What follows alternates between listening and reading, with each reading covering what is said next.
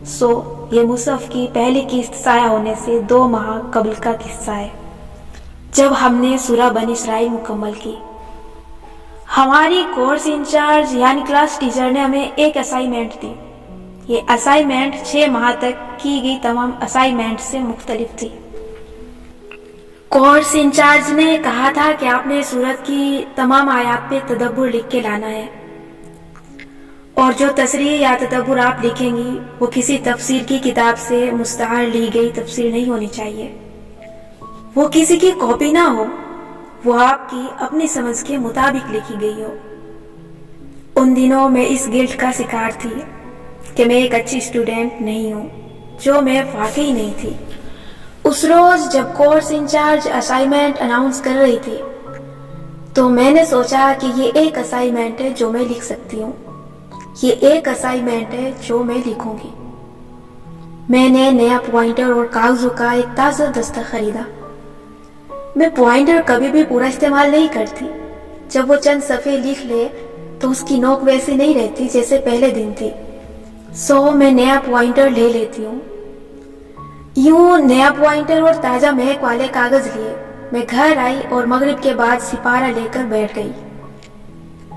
میں نے بڑی خوش خطی سے اسائنمنٹ بنائی، ایک ایک آیت کو سیاہ مارکر سے لکھ کے نیچے نیلے پوائنٹر سے اس کا تدبر لکھا۔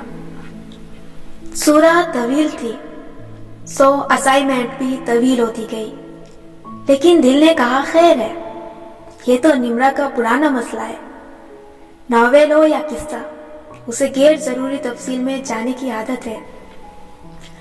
نمرہ کے الفاظ ہیں، نمرہ کی مرضی۔ صبح وین کے راستے میں نے اپنی کلاس فیلوز سے پوچھا کہ انہوں نے اسائنمنٹ بنائی ہے یا نہیں، اور ان کے جوابات سن کے مجھے دھچکا سا لگا۔ جب کورس انچارج اسائنمنٹ اناؤنس کر رہی تھی تو کچھ لڑکیوں نے دھیان نہیں دیا، جس نے دھیان دیا اس نے اس کام کو سنجیدہ نہیں لیا، کیونکہ یہ کوئی رسمی اسائنمنٹ نہیں تھی جس کے مارکس ٹرم ریزلٹ میں جمع ہونے تھے۔ بہت کم لڑکیوں نے اسائنمنٹ بنائی تھی۔ کلاس میں جانے کے بعد جب میں نے اپنی ان کلاس فیلوز کی اسائنمنٹ دیکھی جنہوں نے کسی طرح اس کو بنا لیا تھا تو میں گمسم رہ گئی۔ سب نے پوری سورت میں سے 5 سے 10 آیات پہ چند سطور کا تدبر لکھا تھا۔ مکمل سورت نہیں کرنی تھی کیا؟ میں نے اپنا شوق چھپاتے ہوئے پوچھا۔ نہیں نا، میری پڑھاکو کلاس فیلوز نے مزے سے بتایا۔ کلاس کے بعد ہم نے کورس انچارج باجی سے جا کے پوچھا تھا کہ ساری سورت تو بہت طویل ہو جائے گی، ہم ایک دن میں کیسے کریں گے؟ تو انہوں نے کہا کہ بس وہ چند آیات کر لیں جنہوں نے آپ کو سب سے زیادہ متاثر کیا ہو۔ اس نے بڑے فخر سے اپنی 2.5 صفحے کی اسائنمنٹ دکھائی۔ یہ ہوتے ہیں اچھے اسٹوڈنٹ، ٹیچر سے تفصیل سے بات پوچھ لیتے ہیں، میرے جیسے نہیں جن کو ٹیچرز جانتے تک نہیں، اور جو اس ڈر سے سوال نہیں کرتے کہ کہیں کوئی ایسی بات نہ ہو جائے جس سے ظاہر ہو جائے کہ وہ کتنی چھٹیاں کرتی ہے۔ تم اپنی اسائنمنٹ دکھاؤ، میری دوست نے اب کے مجھ سے پوچھا۔ دکھاتی ہوں، میں نے تم سے کل کے لیکچر کے بارے میں کچھ پوچھنا تھا، پہلے وہ بتاؤ۔ میں نے اپنی اسائنمنٹ کے کاغذ مزید بیگ کے اندر چھپاتے ہوئے بات بدل دی۔ میری یہ دوست قراقرم کا تاج محل کی بہت بڑی فین تھی۔ اس کو نہیں معلوم تھا کہ میں رائٹر نمرہ احمد ہوں۔ کچھ روز قبل اس نے مجھے بڑے افسوس سے بتایا تھا کہ قراقرم کا تاج محل کی رائٹر نے اسے بہت رلایا تھا۔ آج اس کی بات پہ مجھے اتنا غصہ آیا کہ سوچا کاش میں نے تمہیں زیادہ رلایا ہوتا۔ جب اسائنمنٹس جمع ہونے لگی تو میں سوچ میں پڑ گئی۔ میں نے سوچا کہ میں اسائنمنٹ نہیں دیتی، اتنی بیجا طویل اسائنمنٹ کون پڑھے گا؟ میں نے اس کو ویسے نہیں لکھا جیسے لکھنا چاہیے تھا۔ میں نے اس کام کو اوور ڈو کر دیا تھا۔ اگر میں اچھی اسٹوڈنٹ ہوتی اور بیک بینچر نہ ہوتی تو یہ نہ ہوتا۔ لیکن الہدا میں پہلی دفعہ کوئی اسائنمنٹ گھر بیٹھ کے بنائی تھی، جمع تو کروانی تھی۔ اسائنمنٹ دینے کے بعد بھی مجھے موہوم سی امید تھی کہ شاید میری اسائنمنٹ کورس انچارج کو اچھی لگے، اور وہ مجھے ایک اچھے اسٹوڈنٹ کے طور پہ یاد رکھیں۔ رائٹرز کا یہی مسئلہ ہوتا ہے، انہیں ریڈر چاہیے ہوتا ہے جو ان کا کام پڑھے، سمجھے اور اس کی قدر کرے۔ 2-3 دن بعد کی بات ہے، میں بریک ختم ہونے کے بعد وضو کرنے چلی گئی۔ بیک بینچرز کی ایک اور نشانی ہوتی ہے کہ بریک کے بعد وضو میں وقت لگا دیتے ہیں اور پیچھے سے کلاس شروع ہو جاتی ہے۔ ڈنڈی مارنے کا کوئی موقع ہم ہاتھ سے جانے نہیں دیتے۔ میں وضو کر کے کلاس میں واپس آئی تو مجھے یاد ہے میرے بازوؤں سے پانی ٹپک رہا تھا اور میں آستین نیچے کرتے ہوئے اندر داخل ہو رہی تھی۔ ہماری کلاس ایک بڑا سا ہال تھی، اس کی چھت پہ تہاسا بتیوں سے مزین تھی۔ اس کی 3 دیواروں پہ دیوار گیر کھڑکیاں تھی جنہوں نے اسے مزید روشن کر رکھا تھا۔ ہر طرف نیلے اسکارف اور سفید یونیفارم والی لڑکیاں زمین پہ بیٹھی اپنے چھوٹے ڈیسک پہ قرآن رکھے ہوئے تھی۔ اوپر اسٹیج پہ کورس انچارج بیٹھی تھی۔ جیسے ہی میں نے ہال کے گلاس ڈور کے اندر قدم رکھا، بہت سی لڑکیوں نے میری طرف بازو سے اشارہ کر کے کہا، یہ ہے نمرا۔ میں وہیں رک گئی۔ میری نظریں فوراً کورس انچارج کی طرف اٹھی جن کو لڑکیاں یہ معلومات فراہم کر رہی تھی۔ دماغ تیزی سے کام کرنے لگا۔ میرے جیسے اسٹوڈنٹ ایسے موقع پہ فوراً سے یہ یاد کرنے لگتے ہیں کہ انہوں نے آخری غلط کام کون سا کیا تھا۔ سوچو نمرا، ان کو کیا بات معلوم ہوئی ہے؟ یہ کہ میں نے لائبریری کارڈ گم جانے کے باوجود کتاب ایشو کروائی ہے، یا یہ کہ میں نے فلاں ٹیسٹ میں چھٹی کی تھی، یا اوہ نو، شاید انہیں معلوم ہو گیا ہے کہ حدیث کی کلاس میں چٹ بھیج کے پوچھے جانے والا باغیانہ سوال میں نے کیا تھا۔ کورس انچارج نے مسکرا کے مجھے اپنی سیٹ پہ جانے کا اشارہ کیا۔ میں آستین نیچے کرتے ہوئے اپنے ڈیسک تک آئی اور کارپیٹ پہ بیٹھ گئی۔ کورس انچارج بازی نے میری طرف دیکھ کے مائک میں پوچھا، آپ ہیں نمرا نیازی؟ کلاس میں کافی حد تک خاموشی تھی۔ میں نے سر ہلا کے کہا، جی میں ہوں، اور دل ہی دل میں دعا کرنے لگی، بس لائبریری کی کتاب کا ایشو نہ ہو اللہ تعالیٰ، پرومس جلدی واپس کر دوں گی۔ سلمہ بازی نے پوچھا، یہ اسائنمنٹ آپ کی ہے؟ ساتھ ہی کاغذ کا پلندہ دکھایا۔ اوہ، میرا تنفس بحال ہوا۔ میرے آنے سے پہلے یقیناً اسائنمنٹس کا تذکرہ چھڑ چکا تھا۔ میں نے اس بات میں جواب دے دیا، مجھے بہت سی اسائنمنٹس موصول ہوئی ہیں لیکن کوئی اسائنمنٹ اس جیسی نہیں تھی۔ وہ مائک میں کلاس کو مخاطب کر کے کہنے لگی، میں آپ کے سامنے اس اسائنمنٹ کا ایک ایک صفحات الگ کرتی جاؤں گی، آپ نے صرف صفحات گننے ہیں۔ کورس انچارج سلمہ بازی کا مطلب تھا کہ باقی کلاس صفحات گن گن کے خود کو شرمندہ ہونے کا موقع دے، اور پھر سلمہ بازی نے ایک ایک صفحہ پلٹنا شروع کیا۔ وہ مائک پہ اور کلاس اونچی آواز میں گنتی جا رہی تھی، 1 2 3، پورے 25 صفحات کی اسائنمنٹ، 25 A4 سائز کی صفحات بنا لائن خالی چھوڑے۔ 25ویں صفحے تک پہنچ کے میرا خون زیرو پڑ چکا تھا اور بازی بہت ہی خوش تھی۔ انہوں نے میری بڑی تعریفیں کی جو یہاں بتاتے ہوئے ظاہر ہے مجھے شرمندگی محسوس ہوگی۔ خیر کوئی شرمندگی محسوس نہیں ہوگی، میں بتا ہی دیتی ہوں۔ انہوں نے کہا کہ اس بچی کو میں بائی فیس نہیں جانتی لیکن اس کا نام مجھے یاد رہے گا کیونکہ میں صرف 2 طرح کے اسٹوڈنٹس کے نام یاد رکھتی ہوں، جنہوں نے کچھ بہت اچھا کیا ہو یا کچھ بہت برا۔ اس نے جو بھی لکھا ہے خود سے لکھا ہے، کسی کتاب سے نقل نہیں کیا، کسی اور کے الفاظ نہیں لکھے، اور یہ بالکل وہی تدبر ہے جو میں چاہتی تھی کہ آپ لوگ لکھنا سیکھیں اور اس طرح قرآن پہ غور و فکر کرنا سیکھیں۔ مجھ سے لوگ پوچھتے ہیں میں کیسے قرآن پہ غور و فکر کر کے تدبر لکھ لیتی ہوں۔ مجھے یہ چیز سلمہ بازی نے سکھائی تھی۔ ان کا تدبر بہت اعلیٰ درجے کا تھا۔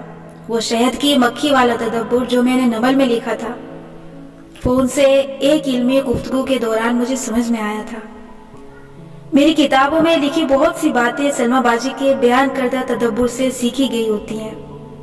ایک سلما باجی اور ایک ڈاکٹر ادریس زبیر. ان دونوں سے میں نے ڈاکٹر فرحت ہاشمی کے بعد بہت کچھ سیکھا ہے. عمل کیا یا نہیں لیکن سیکھا ضرور ہے. اس دن جب اسائنمنٹ مجھے واپس ملی تو میں نے دیکھا ایک ایک آیت کے تدبر پہ سلما باجی نے سرخ پین سے دعائیں لکھی تھی. اللہ آپ کے علم اور عمل میں برکت دے. اس دعا کو سلما باجی نے بار بار لکھا تھا. اس دن میں نے سوچا تھا کہ اب میں ہر سورہ پر تدبر لکھا کروں گی، لیکن میں نہیں لکھ سکی، سوائے اپنے ناولز میں تھوڑا بہت تدبر شامل کرنے یا کبھی کبھار فیس بک یا انسٹاگرام پہ پوسٹ کرنے کے.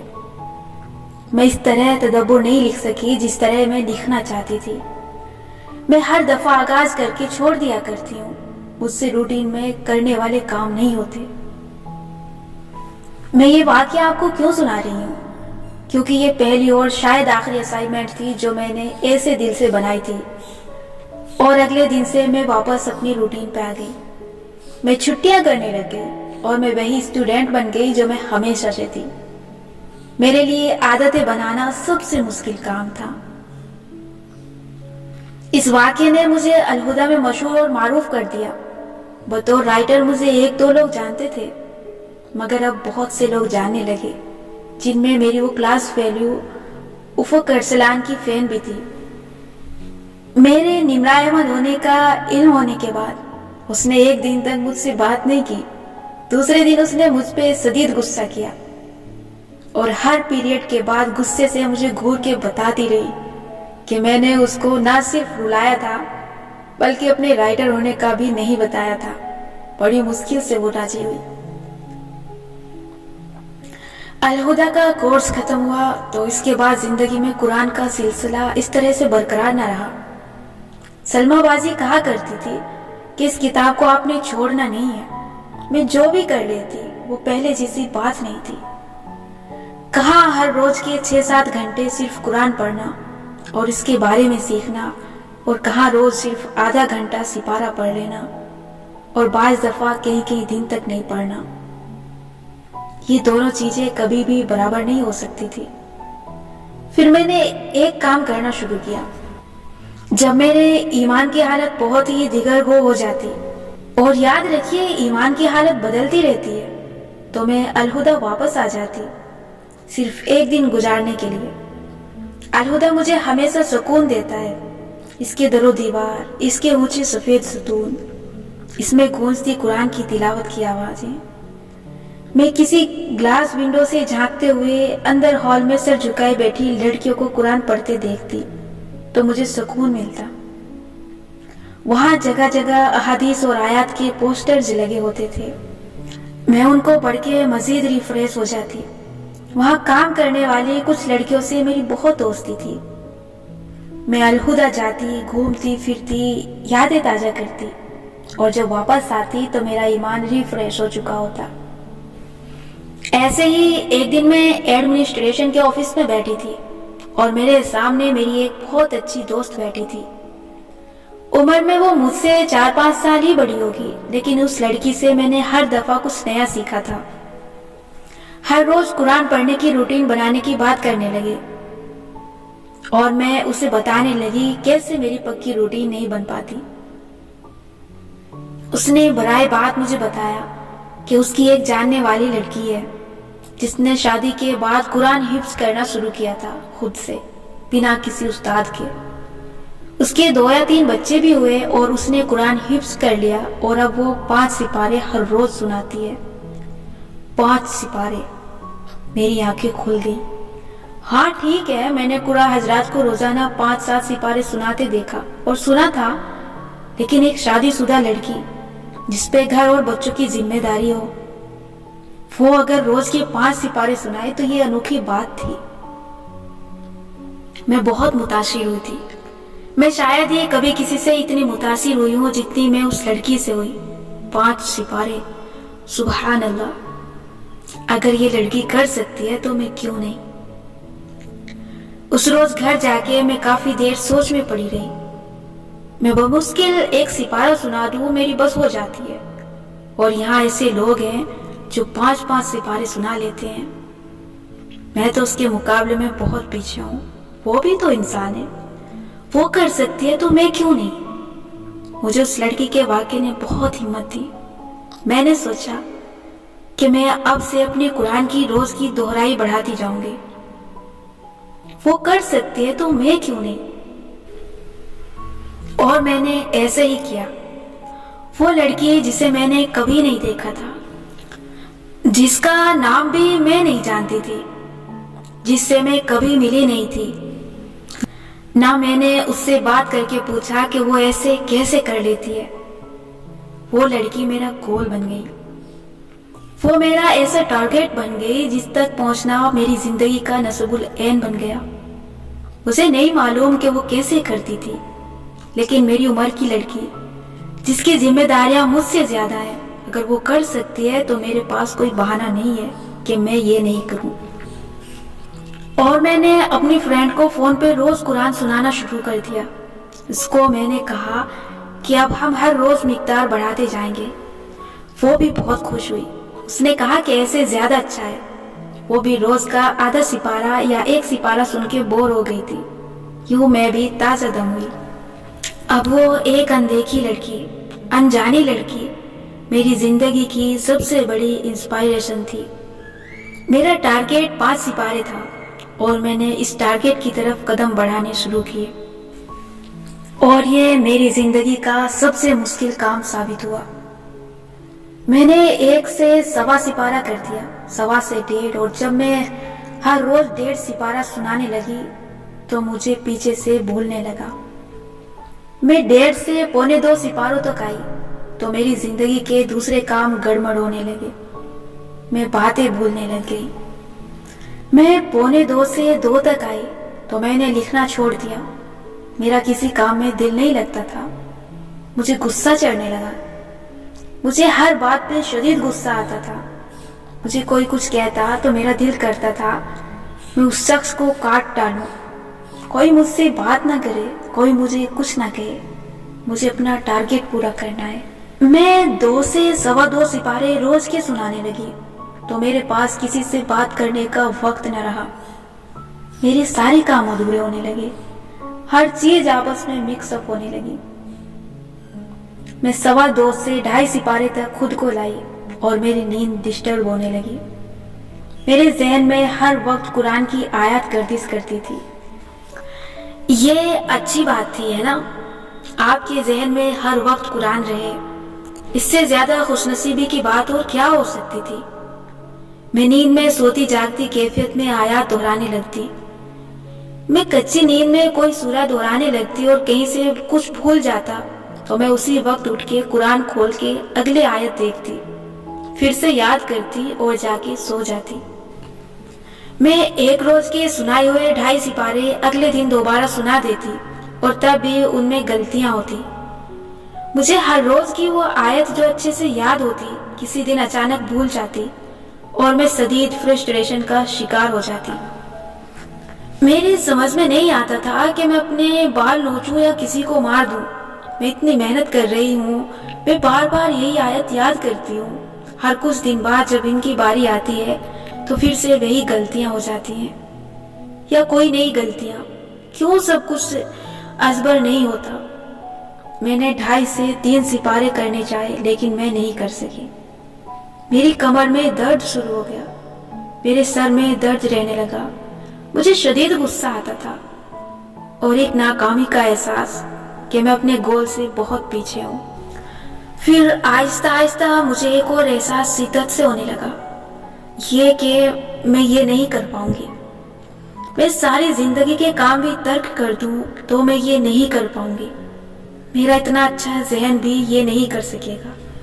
میں کبھی اس لڑکی کی طرح روز کے 5 سپارے نہیں سنا سکوں گی، اور اس خیال کی وجہ سے میں مزید محنت کرنے لگی۔ میں نے زندگی میں کبھی کسی چیز پہ ایسے دیوانہ وار محنت نہیں کی جیسے ان دنوں اپنی قرآن روٹین بنانے کے لیے کی تھی۔ اور پھر 2 ماہ کی شدید محنت کے بعد کیا میں 5 سپاروں تک پہنچ گئی؟ نہیں، میں 2.5 سپارے سے آگے نہیں بڑھ سکی، اور میں بہت برا محسوس کرنے لگی۔ میری سمجھ میں نہیں آتا تھا کہ میں کیا کروں۔ میں جتنا زیادہ سنانا چاہتی اتنی ہی میری رفتار کم ہونے لگتی۔ میں 2.5 سے 2 پہ واپس آنے لگی اور مجھے اتنی بے بسی شاید ہی کبھی اور محسوس ہوئی ہو۔ ایک دن میں اپنی فرینڈ کو سورہ مزمل سنا رہی تھی، کیونکہ مجھے قرآن کا ترجمہ بھی معلوم ہے، یعنی کہ عربی آیات پڑھوں تو معلوم ہوتا ہے کہ کیا کہا جا رہا ہے۔ تو میں اس سورت کے دوران بار بار اڑنے لگی۔ میری دوست کہنے لگی کہ یہ سورت تو تمہیں بہت اچھی آتی ہے، اس میں کیوں اڑ رہی ہو؟ میں نے اسے جواب نہیں دیا۔ مجھے سورت یاد تھی، بس اس کا معنی کچھ ایسا تھا کہ میں سوچ میں پڑ گئی۔ کیا یہ میرے لیے فرمایا جا رہا ہے؟ نہیں، یہ عام لوگوں کے لیے کہا گیا ہے، میرے لیے نہیں۔ میرا ذہن اس سے کہیں بہتر ہے، میرے پاس کوئی بہانہ نہیں ہونا چاہیے۔ میں نے اس سورت کے معنی کو نظر انداز کر دیا۔ میں آگے پڑھتی گئی۔ سورۃ القیامہ کی ایک آیت پہ میری زبان پھر لڑکھڑانے لگی۔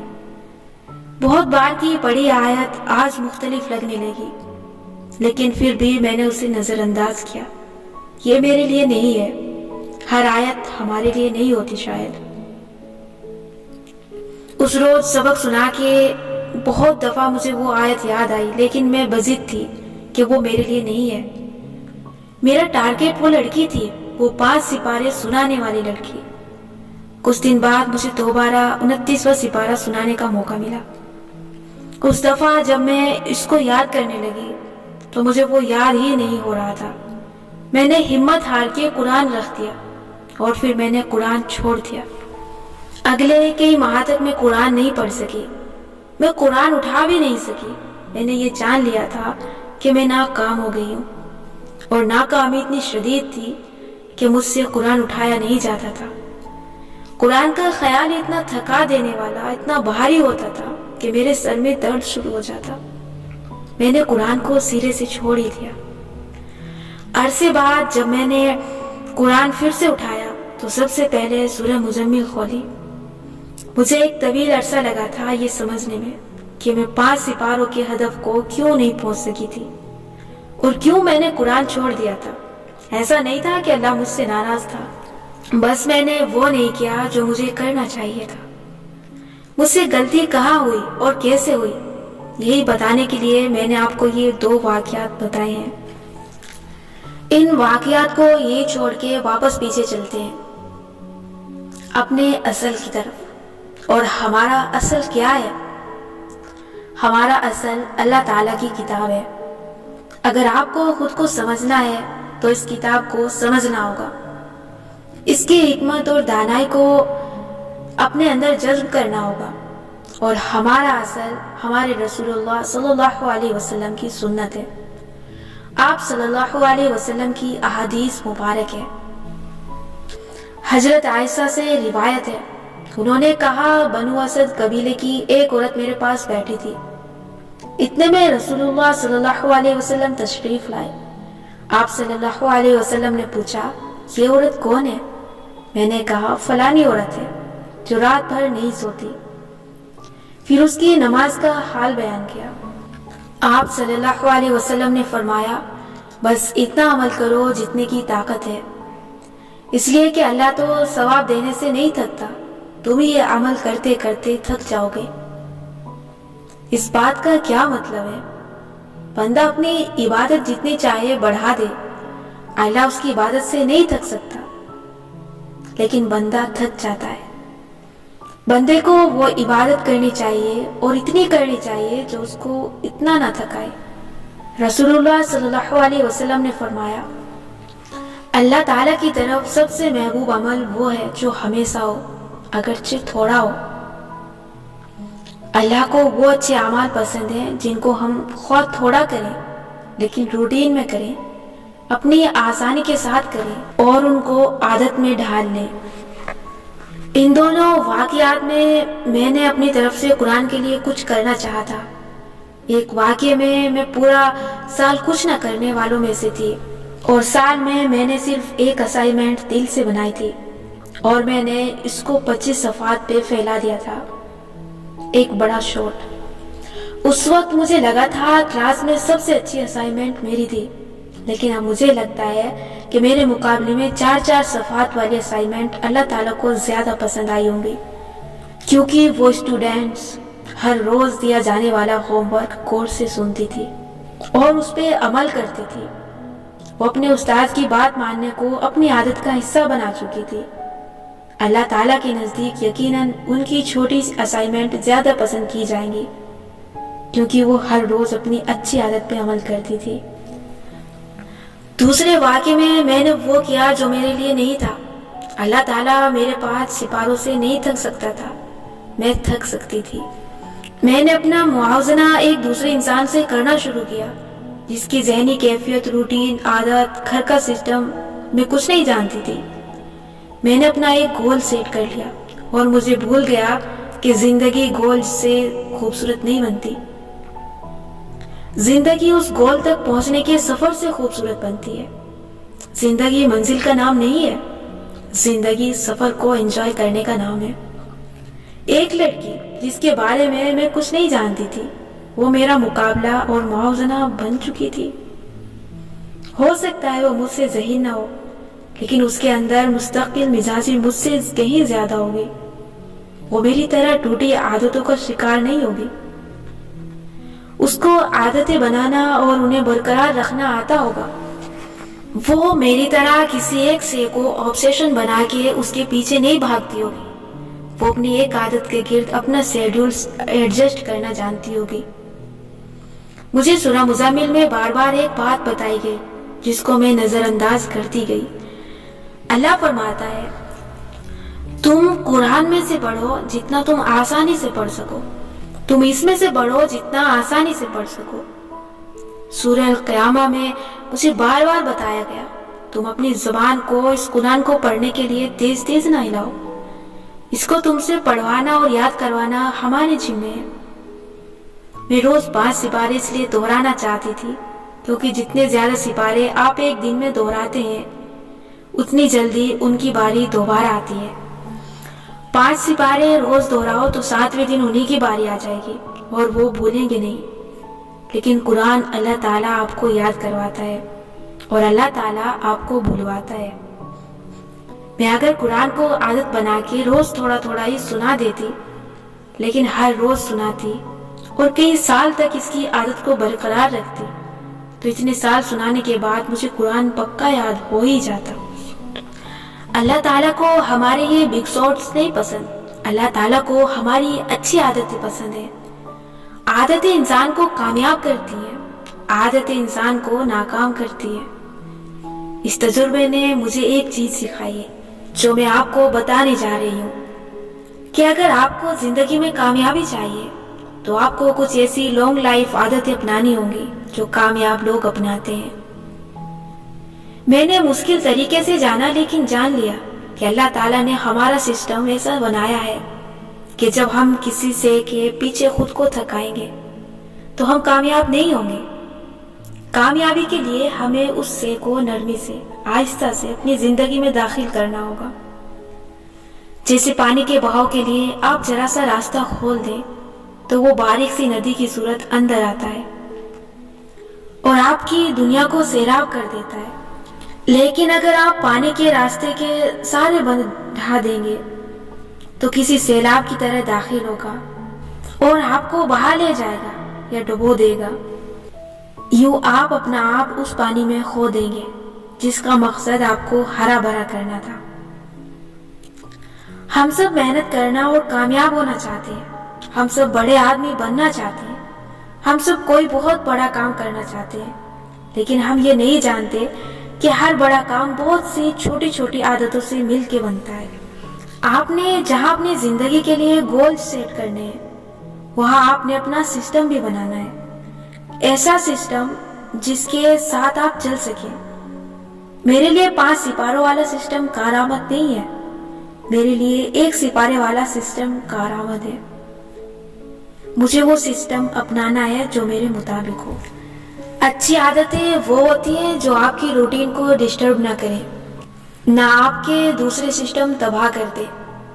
آپ اچھی عادتیں کہاں سے اور کیسے بنانا شروع کریں گے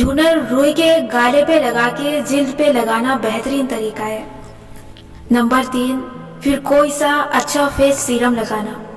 نمبر 4، اس کے اوپر آئے گی نائٹ کریم، اور اگر دن کا وقت ہے تو ڈے کریم یا سن بلاک۔ ایک آخری سٹیپ جو میں بہت شوق سے کرتی ہوں وہ ہے ایسینیسل آئل کا استعمال۔ یہ ایک خوشبودار سا فیس آئل ہوتا ہے جو چہرے کی جلد کے لیے بہت اچھا ہوتا ہے۔ اس کے 2 قطرے انگلیوں پہ لیے، ہاتھوں کو آپس میں رگڑ کے ہلکا سا گویا اس آئل کو گرم کیا اور پھر چہرے پہ تپانے والے انداز میں نرمی سے لگا دیا۔ آئل تمام اسٹیپس کے آخر میں آتا ہے۔ اس کے علاوہ بھی میں چند چھوٹی چھوٹی چیزیں کرتی ہوں، جیسے میری بیڈ سائڈ ٹیبل پہ خوشبودار کینڈل لازمی پڑی ہوتی ہے۔ کوئی ایک کتاب بھی میری سائڈ ٹیبل پہ موجود ہوتی ہے جس میں لگا بک مارک ہر روز چند صفحے ہی آگے سفر کرتا ہے، لیکن کم از کم وہ سفر تو کرتا ہے۔ یہ چھوٹی چھوٹی عادتیں انسان کو کامیاب کرتی ہیں۔ ان چھوٹی چھوٹی عادتوں کی روٹین کو سیلف کیئر کہتے ہیں، اور اگر آپ کو خود سے محبت ہے تو سب سے پہلے سیلف کیئر پہ توجہ دیں۔ ایک اور اچھی عادت جو آپ کو ڈالنی ہے وہ ہے ہر رات سونے سے پہلے اپنے فون یا ڈائری میں 6 باتیں لکھنا۔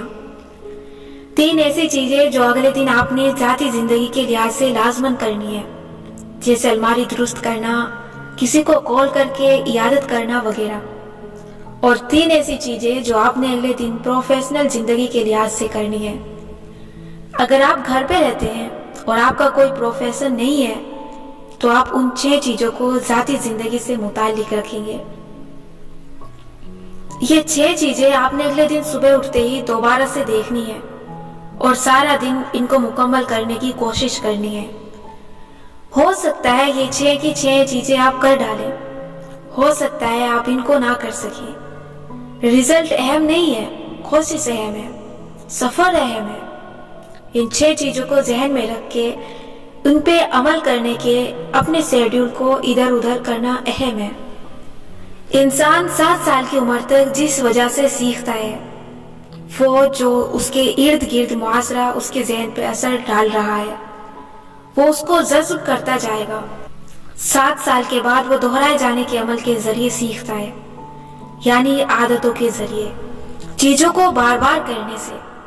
ہم اس کتاب میں کامیابی اور سیلف گروتھ کی جتنی باتیں پڑھتے آ رہے ہیں، چاہے وہ اسکن کیئر ہو یا وزن کم کرنا، ان سب میں ایک چیز مشترک ہے: نئی عادتیں بنانا۔ ایسی چھوٹی مگر بنیادی اور مضبوط عادتیں جو بڑے بڑے کاموں کو جنم دیں گی۔ لیکن آپ نے شاید ان عادتوں کو بنانے کی بہت دفعہ کوشش کی ہوگی، لیکن آپ ایسا نہیں کر سکے۔ کبھی سوچا ہے کیوں؟ ہم یہ عادتیں کیوں نہیں اپنا سکتے؟ کیونکہ ہم چیزوں کو پیچیدہ بنا دیتے ہیں۔ ہم ہر روز تھوڑا تھوڑا کرنے کی حکمت نہیں سمجھتے۔ ہمیں ایک ہی دن میں جمپ لگا کے 5 سپارے سنانے ہوتے ہیں۔ کیا آپ کے ساتھ ایسا ہوتا ہے کہ کوئی کام آپ بہت جوش سے شروع کریں لیکن کچھ دن کے بعد آپ بور ہو جائیں اور اس کو ترک کر دیں؟ ایسا اس لیے ہے کہ آپ نے اس کام کو اپنا گول بنایا تھا، عادت نہیں۔ آپ سے جب بھی کوئی کام نہ ہو رہا ہو، آپ یہ فیصلہ کریں کہ کل میں اس کام کے صرف ایک حصے پہ کام کروں گا۔ جیسے مجھے کل اپنی ویب سائٹ پہ کام کرنا ہے۔ میرا ویب سائٹ ڈیولپر کب سے کہہ رہا ہے کہ اس پہ کام کر لیں، لیکن میں وقت نہیں نکال رہی۔ یہ سطور لکھتے ہوئے مجھے خود بھی احساس ہو رہا ہے کہ میں نے اس کام کو پیچیدہ کر دیا ہے۔ مجھے اس کام کو مختلف حصوں میں بریک کرنا ہے، اس کو چھوٹے چھوٹے ٹکڑوں میں بانٹنا ہے۔ یوں ہر روز میں اس کام کے ایک ٹکڑے پہ عمل کروں گی۔ میں نے الہدا کے پورے سال میں ایک ہی دفعہ اتنا لمبا سا تدبر لکھ کے دیا۔ اس کے بعد کئی دفعہ کوشش کی، لیکن ہر دفعہ میں جب بھی تدبر لکھنے بیٹھتی میں اسے اتنا لمبا لکھ دیتی تھی کہ چند دن بعد تھک کے چھوڑ دیتی۔ ہم عادتیں اس لیے نہیں بنا سکتے کیونکہ ہم چیزوں کو بہت بڑا بنا دیتے ہیں۔ ہمیں چیزوں کو چھوٹا اور سادہ رکھنا ہوتا ہے۔ اگر آپ کو کسی شے کو عادت بنانی ہے تو اسے سادہ رکھیے۔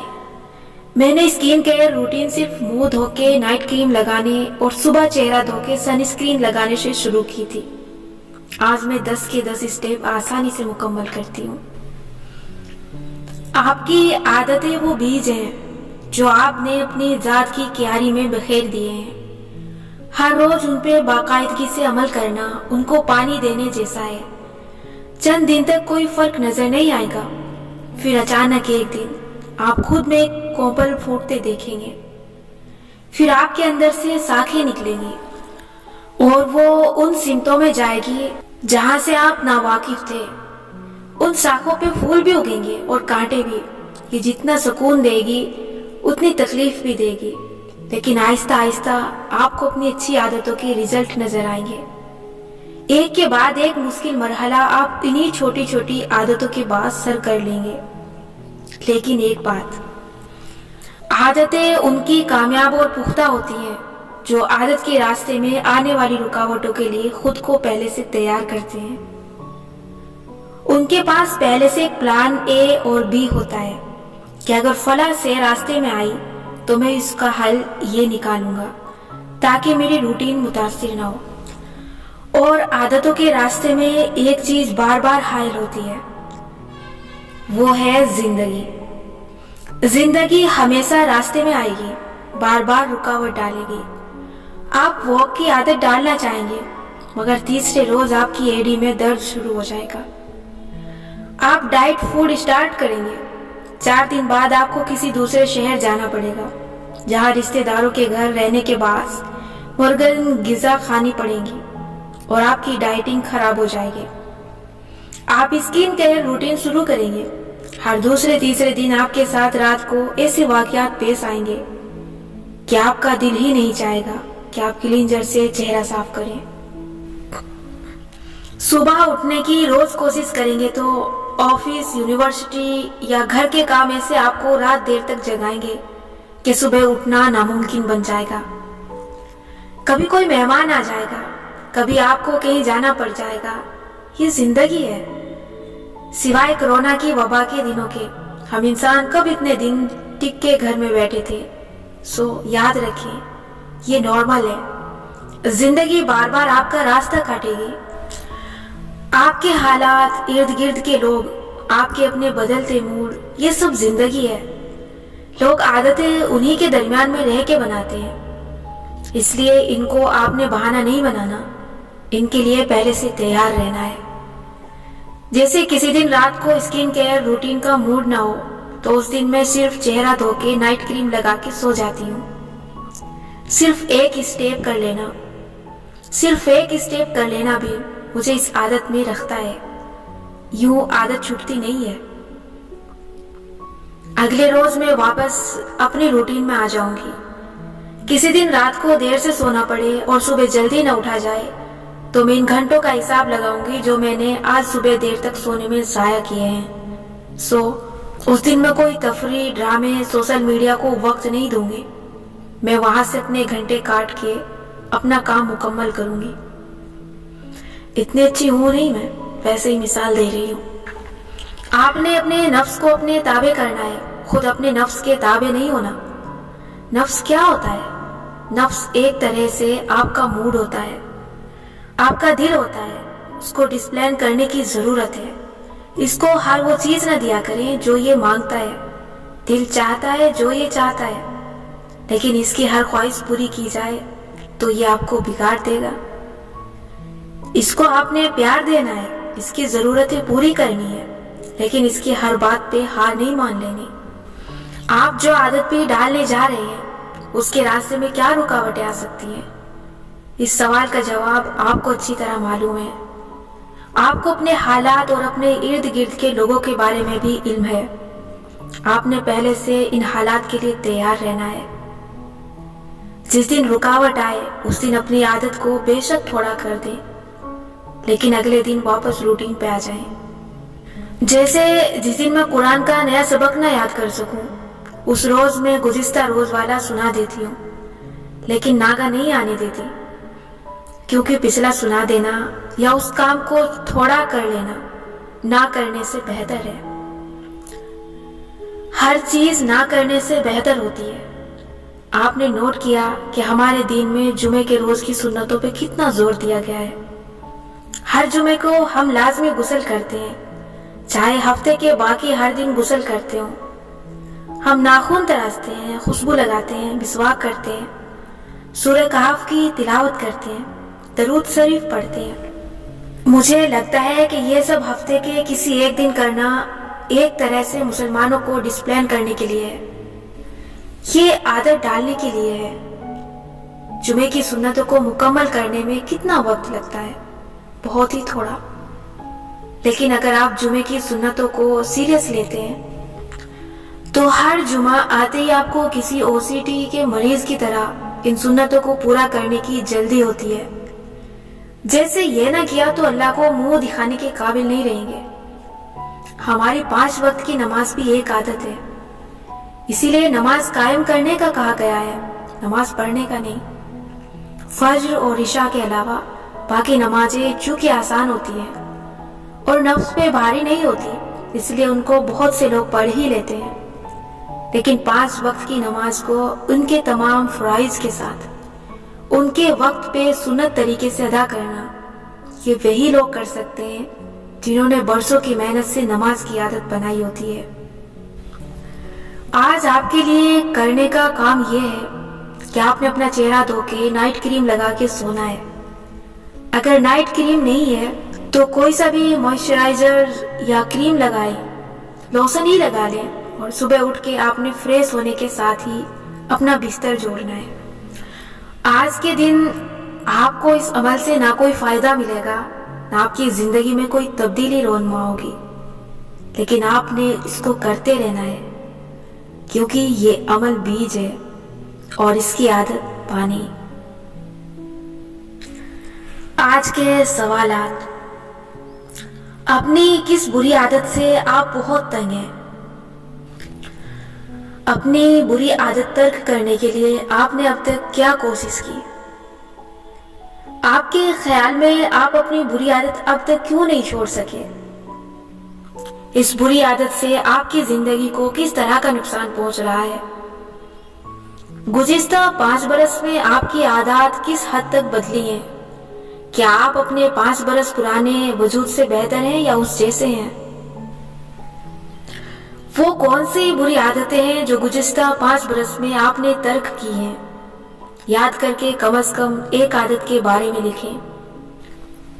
ایک ایسی اچھی عادت جو آپ اپنے اندر پیدا کرنا چاہتے ہیں۔ یہ اچھی عادت آپ کی زندگی میں کس طرح بہتری لا سکتی ہے؟ اس اچھی عادت کے نہ ہونے سے آپ کو کس طرح کا نقصان ہو رہا ہے؟ آپ اس اچھی عادت کو اب تک کیوں اپنے اندر پیدا نہیں کر سکے؟ کیا چیز اس کے راستے میں رکاوٹ بن جاتی ہے؟ کسی ایسی اچھی عادت یا اچھی تبدیلی کے بارے میں لکھیں جو گزشتہ 5 برس کے دوران آپ کے اندر پیدا ہوئی ہو۔ 5 سال پہلے والا آپ کا کم عمر وجود اگر آج آپ کے سامنے آئے تو آپ کے خیال میں اس میں اور آپ میں کیا فرق ہوگا؟ ظاہری اور باطنی دونوں لحاظ سے تفصیلاً لکھیں۔